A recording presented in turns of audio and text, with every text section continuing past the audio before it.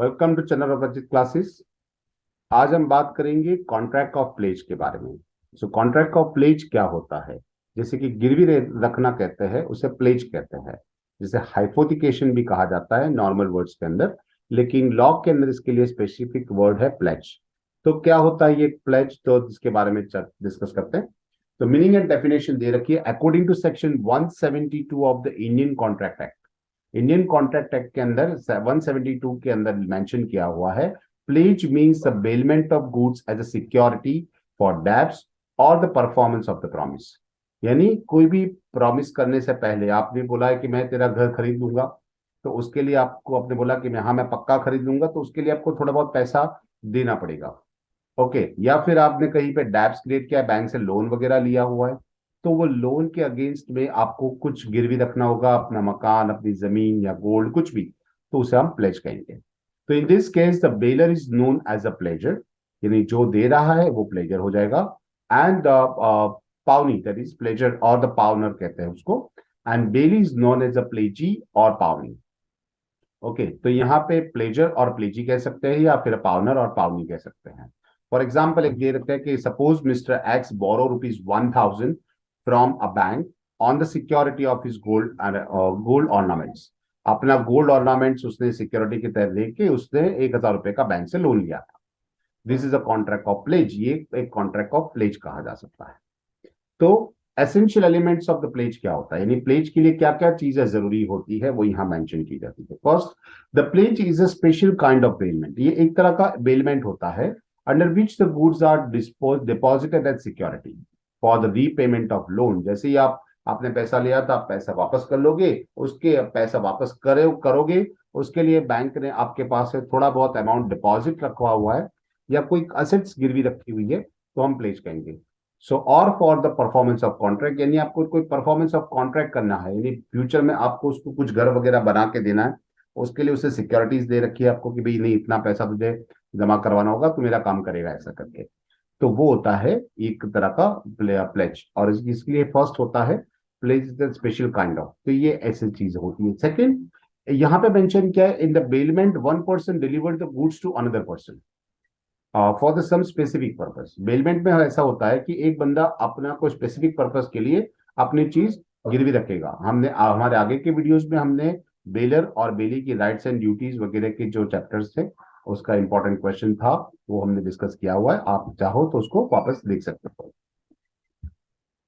तो यहाँ पे जो इसी तरह से होता है कि बेलर में एक इलस्ट्रेशन हमने दिया था कि एक्स ने अपना गुड्स वाई को दिया है for the repairing of car. ऐसा कुछ हमने एक इलस्ट्रेशन दिया था कि एक्स ने अपनी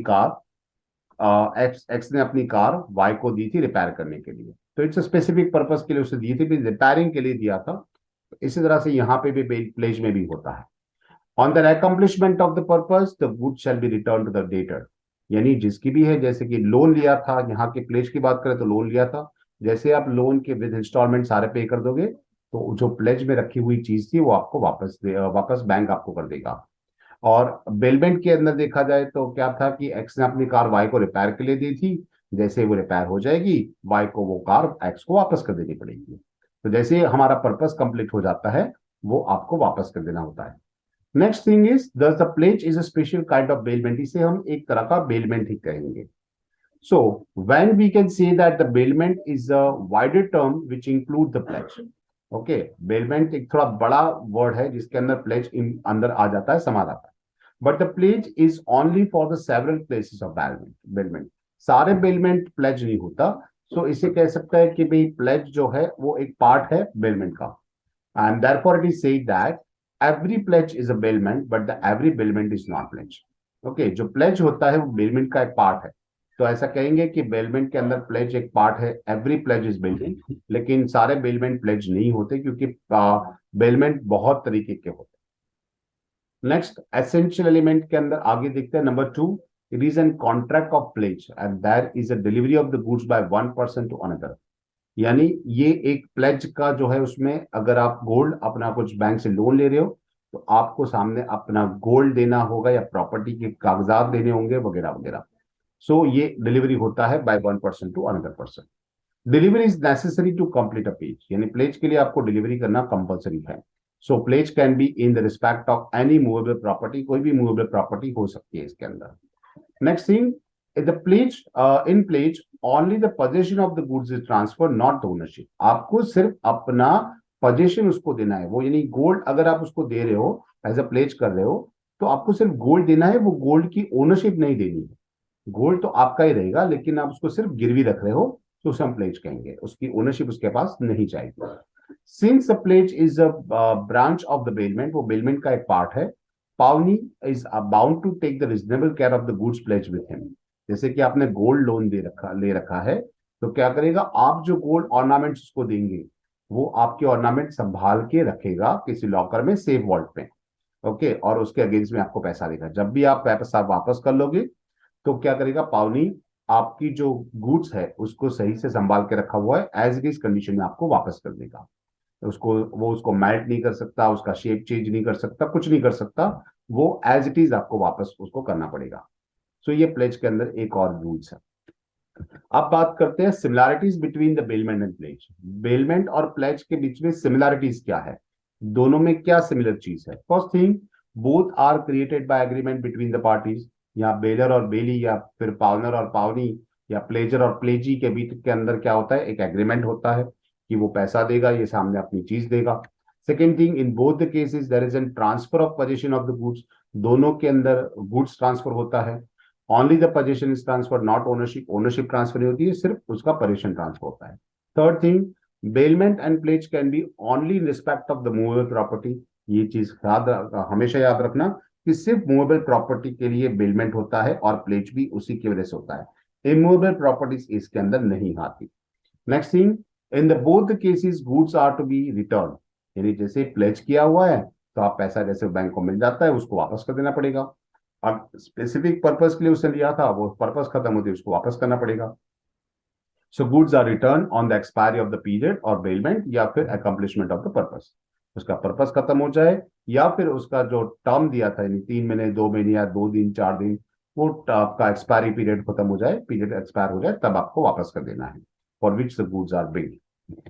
Next, in the pledge, on the repayment of the debts or the fulfillment of the promise of the goods are returned। जैसे वो अपनी प्रॉमिस पूरी कर देगा, या फिर अपना डेब्ट्स पे कर देगा, तब आपको प्लेज वाली चीज वापस करनी है। तो ये एक और सिमिलैरिटी में आता है। अब बात करते हैं difference between pledge and bailment. Pledge और बेलमेंट के बीच में क्या डिफरेंसेस हैं? तो first thing is, pledge is a bailment of goods as per the security for the repayment of debts और the performance of the promise. यानी अपनी प्रॉमिस कंप्लीट करने में, या फिर डेब्ट्स कंप्लीट करने में, एक सिक्योरिटी के तहत रखा रहता है, ओके, प्लेज के अंदर। जबकि बेलमेंट की बात करें, while in bailment the goods are deliver for the specific purpose. आप उसको यूज करने के लिए अपनी प्रोडक्ट देते हो, है ना। प्लेज के अंदर वो आपकी चीज यूज नहीं कर सकता, उसको सेफ कस्टडी में रखना पड़ता है। जबकि यहाँ पे कोई स्पेसिफिक पर्पस के लिए आपने यूज करने के लिए उसको डिलीवर किया है, पेमेंट के केसेस के अंदर। इन दोनों में बहुत अंतर है। In the case of pledge, if the pledger और partner fails to repay the debts, यानी अगर प्लेज के केसेस में अगर आप वो पेमेंट करना, यानी आपने लोन लिया था, आप लोन के इंस्टॉलमेंट नहीं पे कर पाते हो, and then after giving the notice to the pledger, आपने उसको 2-3 बार नोटिस भी दी, the pledger can sell the goods pledge with him. उसके बाद जो भी गुड्स गिरवी रखा था, वो उसको बेच सकता है। यानी प्लेज के अंदर ये चीज होता है कि वो पेजी वो चीज वापस बेच सकता है, अगर आपने उसको पैसा वापस नहीं किया तो।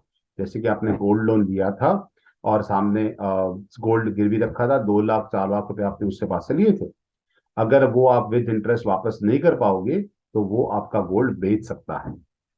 जबकि बेलमेंट की बात करें, तो बेली और pledgee has not sell the goods pledge with him. Okay, इसके अंदर जो अगर बेलमेंट में होता है, तो उसको स्पेसिफिक यूज के लिए दिया था, तो वो उसको बेच नहीं सकता। Next thing, in case of pledge, the pawnee और pledgee has no right to use the goods pledge with him. जैसे मैंने बताया कि अगर गोल्ड लोन आपने लिया था और आपने गोल्ड गिरवी रखा हुआ है, तो वो गोल्ड को यूज नहीं कर सकता। जबकि बेलमेंट के अंदर क्या होता है, but in case of bailment, bailee can may use the goods, वो उसको यूज कर सकता है। ज्यादातर वो यूज करने के लिए दिया गया होता है। And if the permitted by the terms of bailment, अगर टर्म्स ऑफ बेलमेंट में ऐसा अगर लिखा हुआ है तो। सो ये दोनों में थोड़ा बहुत डिफरेंस है। तो आज हमने डिस्कस किया पावनर और पावनी, या फिर प्लेजर और प्लेजी के बारे में, उसके राइट्स एंड ड्यूटीज में। ऐसे ही बहुत सारे वीडियोस हम नेक्स्ट लेक्चर में लेके आएंगे। Have a good day.